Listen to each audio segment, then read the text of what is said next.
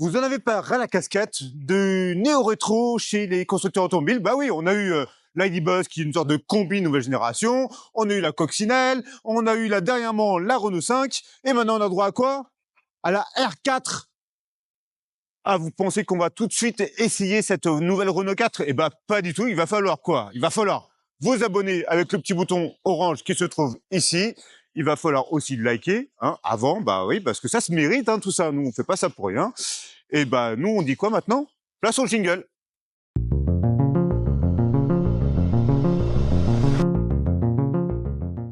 Regardez cette bouille d'amour. Et oui, là, on reconnaît vraiment les gènes de la R4.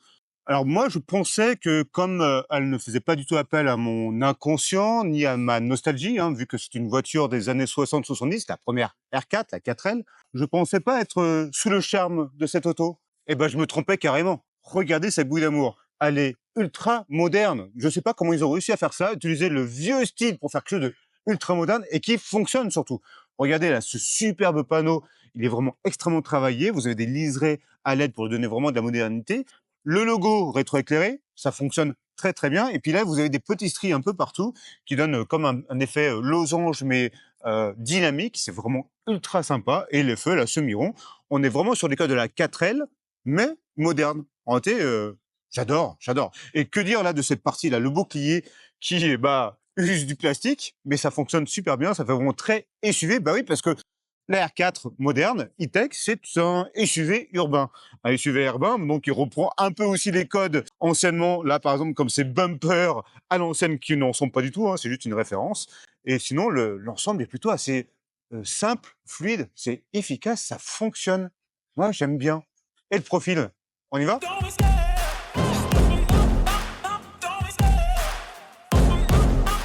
Regardez ce profil, c'est indéniable.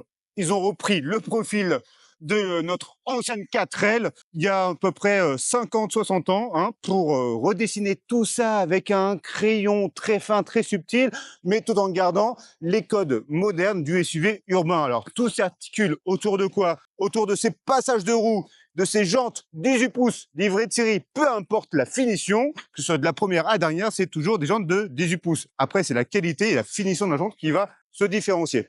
Vous avez donc ces passages de roues qui se terminent ici sur un bas de caisse à stries, très élégant, très beau. Regardez cette ceinture de caisse très haute. Ça, c'est moderne. Ça, c'est très, très moderne pour laisser vraiment comme des meurtrières ici au niveau des vitres. Mais vous avez quand même assez de lumière à l'intérieur. C'est ça qui est plutôt assez bluffant. On retrouve aussi ce capot horizontal qui se termine de façon abrupte et la vitre de custode que l'on retient vraiment de cette belle 4L ancienne et avec le haillon, on retrouve vraiment tous les codes de la 4L originelle.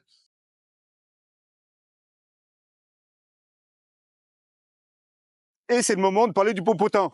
Pas celui de Fabien, hein, le génie de l'image. Alors, je vous parle bien du popotin de cette R4 nouvelle génération, la e-tech. Mais oui, t'inquiète, vas-y, vas-y, fais, vac. Et, euh, et là, on retrouve là aussi tous les codes de cette fameuse 4L, mais modernisée. On a ce fameux haillon avec là, cette vitre plutôt assez courte, alors que l'ancienne génération, elle est plutôt haut, mais ça, c'est des codes stylistiques modernes. Un panneau assez simple. On retrouve la plaque d'immatriculation ici et le pare-choc avec les fameux bumpers, là. Alors, ils appellent ça les boutoirs de la première génération. Mais ce qui est super intéressant, c'est que sous ces panneaux très lisses, elle a beaucoup de caractère, cette auto du Popotin. J'aime beaucoup, là, particulièrement les feux à LED qui sont extrêmement travaillés. Et si vous regardez bien, il y a plein de petites galbes. On ne parle toujours pas là, de Fabien, de galbes au niveau des hanches. Et ça lui donne vraiment quelque chose de presque de musculeux. C'est pour ça que je vous disais qu'on parlait pas du tout de Fabien. Donc, voici de quoi penser sur cette superbe petite R4 nouvelle génération. Moi qui n'avais pas trop envie de l'aimer, bah, je veux dire, je suis conquis par le style. Et est-ce qu'on est conquis par l'intérieur? Alors non, mais le harcèlement, du coup, selon le code pénal, On ne voit machin. pas, on ne voit pas. Allez, à l'intérieur. Ah bah oui, puisqu'il faut en parler de cet intérieur de la Renault 4. Alors d'une, il nous est pas inconnu. Pourquoi? Parce que c'est exactement le même mobilier qu'on a sur la Renault 5 e-tech. Oui, là-dessus, ils n'ont pas fait d'évolution particulière. On reprend tout le mobilier de la Renault 5. Et c'est plutôt une bonne chose parce qu'il est extrêmement qualitatif. Regardez cette planche de bord, elle est assez longiligne, elle est sculptée d'un peu tous les côtés et surtout, elle est extrêmement ergonomique. Pourquoi? Parce que ici, nous avons droit à une bande, là, toute simple, là, des touches piano, bah, tout simplement pour piloter la ventilation. Pas besoin d'aller sur l'écran multimédia pour piloter sa climatisation. Et d'ailleurs, en parlant de écran multimédia, sachez que c'est un écran de 10 pouces. Ici, on a aussi un autre écran de 10 pouces, mais surtout, bah, ils sont connectés à Google Android Automotive. Oui, d'ailleurs, il est capable d'ailleurs de parler, même si je n'ai pas demandé quoi que ce soit. Ah oui, vous avez même un assistant virtuel, une IA qui vous comprend. Il s'appelle Rhino et on peut lui demander pas mal de questions. Et en plus, il est connecté à ChatGPT 4.0. Donc, c'est une version assez moderne. On n'est pas comme les autres générations de voitures qui étaient bloquées à 2021. Non, non, là, c'est plutôt pas mal. Mais c'est pas ça l'essentiel. L'essentiel, c'est vraiment l'application Android Automotive qui est intégrée dedans. Donc, vous avez Maps, vous pouvez connecter vos comptes, vous pouvez connecter toute la musique que vous voulez. Vous avez un paquet de petites solutions dédiées à l'automobile. Bon, bref, en soi, c'est juste le meilleur système multimédia. Alors, si on continue notre aventure, là, regardez, on se propage sur cette partie-là. Ici, on retrouve un peu là des petits éléments comme ça décoratifs qui sont très 70s. Moi, j'aime beaucoup. Et en plus, comme vous le remarquez là, eh ben, c'est du jean. Et pourquoi on retrouve du jean sur la planche de bord? Bah, parce que notre siège aussi, il est en jean. On est dans la version techno, pas iconique, donc la deuxième version. Et on a le droit, voilà, à cette superbe sellerie là avec des surpiqûres, du faux cuir et c'est plutôt super enveloppant pour un véhicule de cette gamme-là. Donc c'est plutôt super sympa. Et en plus d'être enveloppant, c'est confortable, c'est moelleux, c'est juste top. Moi j'adore vraiment et très facile, très très facile de trouver bah, son petit emplacement pour pouvoir bien conduire. Tout est ajustable. C'est vraiment plutôt sympa. L'autre chose qui est géniale, c'est l'ergonomie. Bah oui, parce qu'il y a une chose qui est extrêmement pénible dans toutes les voitures modernes, c'est que les constructeurs sont obligés de passer à une multitude d'aides à la conduite. Renault donc le fait, mais le fait d'une façon intelligente. Vous savez pourquoi? Parce qu'on peut choisir son profil, c'est-à-dire on peut enlever les ADAS qui sont pénibles, juste via ce petit doigt-là, ou plutôt ce petit doigt-là. Pourquoi ce petit doigt-là? Bah parce que lui, il va là et il appuie 2 fois ici et comme ça, on active et on désactive, bah, le My Safety perso. C'est juste génial, c'est ultra efficace. On n'a même pas besoin d'y penser, juste là, oh, le petit doigt magique là, juste top. Donc on est très bien devant. Est-ce qu'on est bien derrière? Parce que, bah oui, le problème de la R5 par exemple qui est, celle qui a tout donné, bah, derrière c'était juste l'enfer.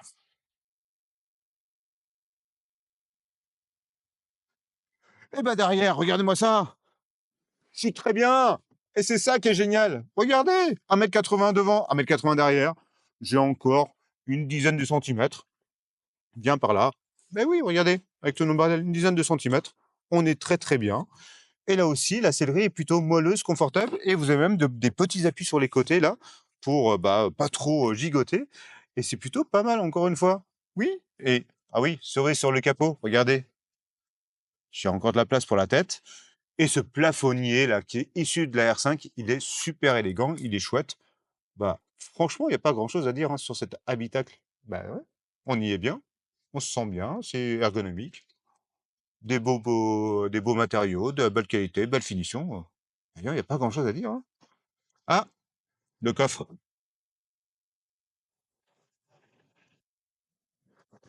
Ah bah oui, le coffre.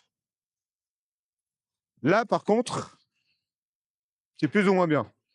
Donc, comme vous pouvez voir, on a mis tout notre bordel dessus, de montage et tout ce qui va avec. Et bah, sachez qu'il fait 339 décimètres cubes. C'est bien, mais c'est pas le plus gros qu'on puisse avoir dans la catégorie. Mais ça reste en soi suffisant pour 2-3 personnes. Comme vous pouvez le voir, c'est assez profond. On peut mettre les bagages les uns sur les autres. Regardez, ça laisse beaucoup d'espace.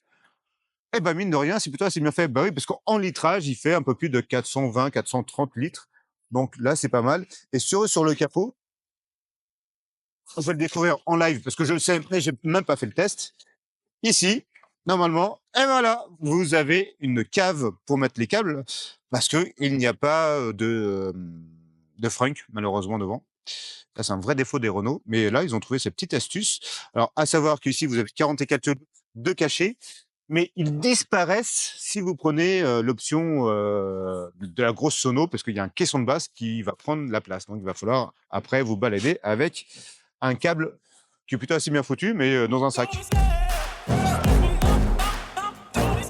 I love the chase and the hunt, and I set the pace when I'm running. I always take what I want and I always give it 100. Don't need a bank, no I'm funded. Play the game like it's nothing. I'm always thankful for something. Don't take for granted, stay humble. Now wake up, it's time to look at the enemy. Look in the mirror and Et l'une des astuces que je préfère, c'est la modularité de l'ensemble de cette R4, mais qui dispose d'un petit truc, vraiment un petit truc génial en plus. C'est les fameux sièges avant, pliables en portefeuille. Regardez-moi ça. C'est juste génial. Alors pourquoi c'est génial? C'est parce que ici on peut mettre par exemple un surf, ou on peut mettre une planche Ikea, une fameuse armoire Buck. Peu importe, vous avez 2,20 m à disponible pour vous et ça évite beaucoup d'engueulades avec madame pour ces petits changements à la maison. En tout cas, voilà, ça c'est génial, j'adore. friend to me. It's not working out, maybe it's the chemistry. It's time to break up so I can make a better me. Better believe in your mind, cause it's everything. You can mold, shape, find almost anything. Qu'est-ce qui se cache derrière cette belle carrosserie de Renault 4? Et bah, tout simplement la même plateforme que la Renault 5 e-Tech qu'on a eue il n'y a pas si longtemps que ça. C'est-à-dire que nous sommes avec la plateforme Ampere Small, celle qui sert donc aussi bien à la Renault 5 que à la future Twingo. Et donc, on a les mêmes solutions techniques, c'est-à-dire une batterie cachée dans le plancher. La première se contente de 40 kWh et la seconde de 52 kWh, comme la nôtre. 52 kWh, ça permet de faire un peu plus de 400 km, en tout cas en WLTP. L'autre, eh ben, c'est à peine plus de 300, mais bonhomme allant, c'est ce qu'il faut à peu près dans le secteur et aller dans le coup, on est bien, c'est pas mal. Et le moteur, il se cache ici, oui, sous le capot. C'est donc une traction avant, comme la Renault 5. Vous avez une version avec 150 chevaux et une autre avec 120 chevaux. Le plus important dans une voiture électrique, c'est évidemment sa recharge. Et ici, elle se trouve ici, donc, du mauvais côté, encore une fois. Bah oui, parce que quand vous vous garez forcément du côté droit, et donc il va falloir passer le câble de l'autre côté. C'est totalement stupide. Et il persiste et il signe. C'était déjà la même bêtise sur la Renault 5. Bon, peu importe, on a le droit à quoi? On a le droit à un chargeur embarqué de 11 kW en courant alternatif. Et si vous disposez de la batterie de 52 kWh, vous avez un chargeur à 100 kW. Si vous avez la petite batterie, il va falloir vous contenter de 80 kW en puissance de crête. Bonhomme allant, les deux solutions, il faut compter à peu près 30 minutes pour passer de 15 à 80%, ce qui la place dans la moyenne quoi. Hein. C'est vraiment pas terrible. C'est malheureusement une solution tout à fait banale par rapport aux autres. Donc c'est pas là-dessus que ça va vraiment se distinguer. I'm in some clarity to find your identity. It's mind over everything.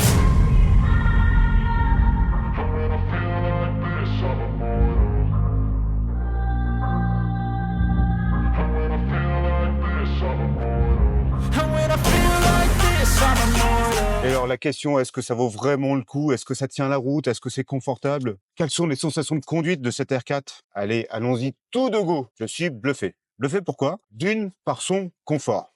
On est donc sur les routes portugaises, on a le droit aux fameux pavés un peu partout, là des dodanes, et la gestion, le travail qu'ils ont fait sur les suspensions est vraiment excellent. En réalité, c'est un vrai travail à la Renault, c'est-à-dire que c'est capable d'être confortable, d'éliminer quasiment toutes les aspérités sans le faire remonter. Il faut dire aussi que les sièges confortables, ils jouent aussi beaucoup. Et franchement, on apprécie de rouler en ville avec cette électrique. Ça tombe bien, c'est sa vocation initiale. Elle break assez bien, un peu moins de 11 mètres, 10,80 m, donc ça aussi, ça fonctionne bien. Voilà, vous avez une vraie voiture faite pour la ville. Et d'ailleurs, en ville, c'est là qu'elle consomme le moins. Ah oui, c'est une électrique.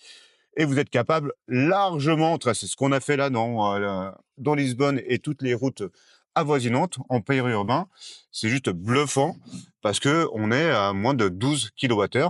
Donc ça, c'est plutôt bien vu, ça encore. Hein. Eh oui, les gars, ils ont vraiment bien travaillé.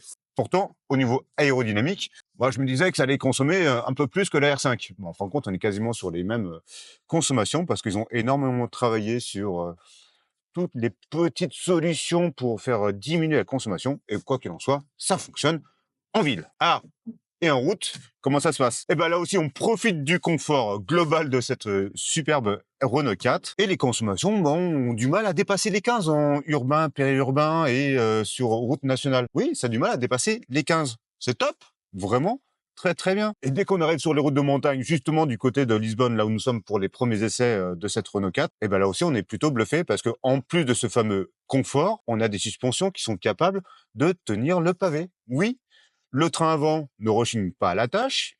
On a bien les sensations grâce au volant, la direction est plutôt assez bonne. Voilà, on ressent bien les choses. Le freinage est impeccable, peu importe les situations. Le mordant est ultra efficace, on ressent vraiment bien les choses, il n'y a pas d'effet de glissement comme sur d'autres voitures électriques. Ça aussi, c'est un très très bon travail. Et dès qu'on tombe sur des virolos de montagne avec des gros appuis, et ben là, elle me bluffe encore une fois parce qu'elle est extrêmement bien suspendue. Elle se cale, elle prend sa courbe, et on y va, quoi. On peut même abuser un petit peu, jouer un peu les pilotes de rallye en accélérant au milieu du virage. Le train avant se met à grignoter comme ça le macadam et à surtout pas lâcher l'affaire. Et vous êtes vraiment sur un véhicule qui tient la route. Bravo, les gars. Mention spéciale, l'insonorisation. Que ça soit en ville, à 90, 110 et même 130, c'est juste génial. On n'entend quasiment rien. Pas de bruit aérodynamique déplaisant, pas de problème de bruit de roulement, des choses comme ça. Tout est feutré, tout est silencieux. C'est le calme qui règne à bord. Franchement, on a presque l'impression d'être dans une limousine, tellement que c'est silencieux. C'est vraiment top. Et donc, ça permet de quoi? Ça permet de profiter de sa musique tranquillement. Et pour ceux qui le veulent, ils peuvent même utiliser une sono spécifique. C'est un Marc Cardon, je crois, avec un système à caisson qui enlève les fameux câbles qui sont dans le coffre. Reste la question des consommations sur autoroute. Et là, ça va être un peu plus compliqué. Là, il va falloir, malheureusement, comme toutes les voitures électriques, compter sur une consommation allant de 20 à 24. Pas de secret, personne ne réussit à faire mieux en ce moment. Donc, voilà, sachez que sur autoroute, il va falloir donc user de la recharge rapide un peu plus souvent qu'en ville, parce qu'en ville, elle est vraiment ultra efficiente. Et parlons des prix qui fâchent un peu, ou même beaucoup.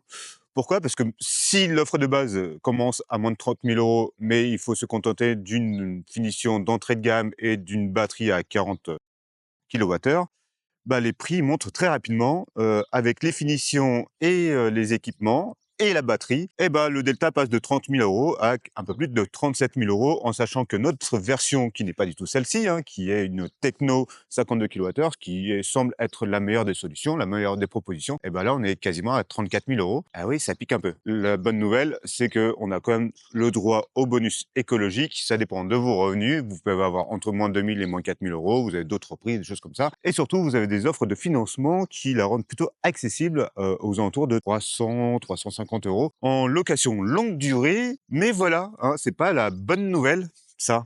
Oui, ils font payer cher. C'est grosso modo 1 500, 2 000 € plus cher qu'une Renault 5. Bon, il est temps pour nous de conclure. Oui, on a fait quasiment 400 km à bord de cette R4 dans les routes du Portugal. Là, je dois vous dire que j'ai un vrai problème. Parce que elle est vraiment vendue comme une voiture néo-rétro. Et c'est vraiment pas ça qui m'a conquis. Qu'est-ce qui m'a conquis? C'est que c'est une vraie voiture électrique, un SUV urbain électrique efficace. Bon, certes, le style, en réalité, j'avais pas envie de l'aimer, mais dans la rue, il est vraiment super mignon, il est craquant, peut-être même plus que la Renault 5, c'est vous dire. Et donc ça, allez, de mon côté, je valide. Vous avez aussi son comportement routier qui est juste, voilà, bluffant, c'est beaucoup plus confortable, c'est bien géré. Vous avez tout le système électrique qui est bien géré grâce au multimédia, l'infodivertissement, vous avez le route planner, vous avez Google Automotive qui est dedans, qui est capable vraiment de gérer parfaitement les capacités de la batterie. Le comportement routier, pas grand chose à dire, c'est vraiment très sain, c'est à la Renault, avec du confort en plus, et surtout des consommations plutôt basses. Oui, en urbain, périurbain, faire en dessous de 12, ça a été assez facile. Évidemment, sur autoroute, ça monte un peu plus, mais bon, peu importe, ça fonctionne plutôt bien. Par contre, il y a un vrai problème sur la recharge qui est moyenne basse. Ça, c'est un vrai défaut pour la voiture. 100 kW en DC, c'est vraiment moyen. C'est vraiment ce que tout le monde fait au minimum, à part BYD, là, tous deux. qui fait encore moins. Et il y a un vrai problème aussi au niveau du tarif. C'est pour moi un peu cher quand même, la notre version à quasiment 35 000 euros. C'est peut-être la rançon du succès pour Renault, mais en tout cas, au niveau prestation, elle m'a conquis. Et c'est pas parce que c'est une néo-rétro, non, c'est parce que c'est une vraie voiture électrique qui fonctionne très bien.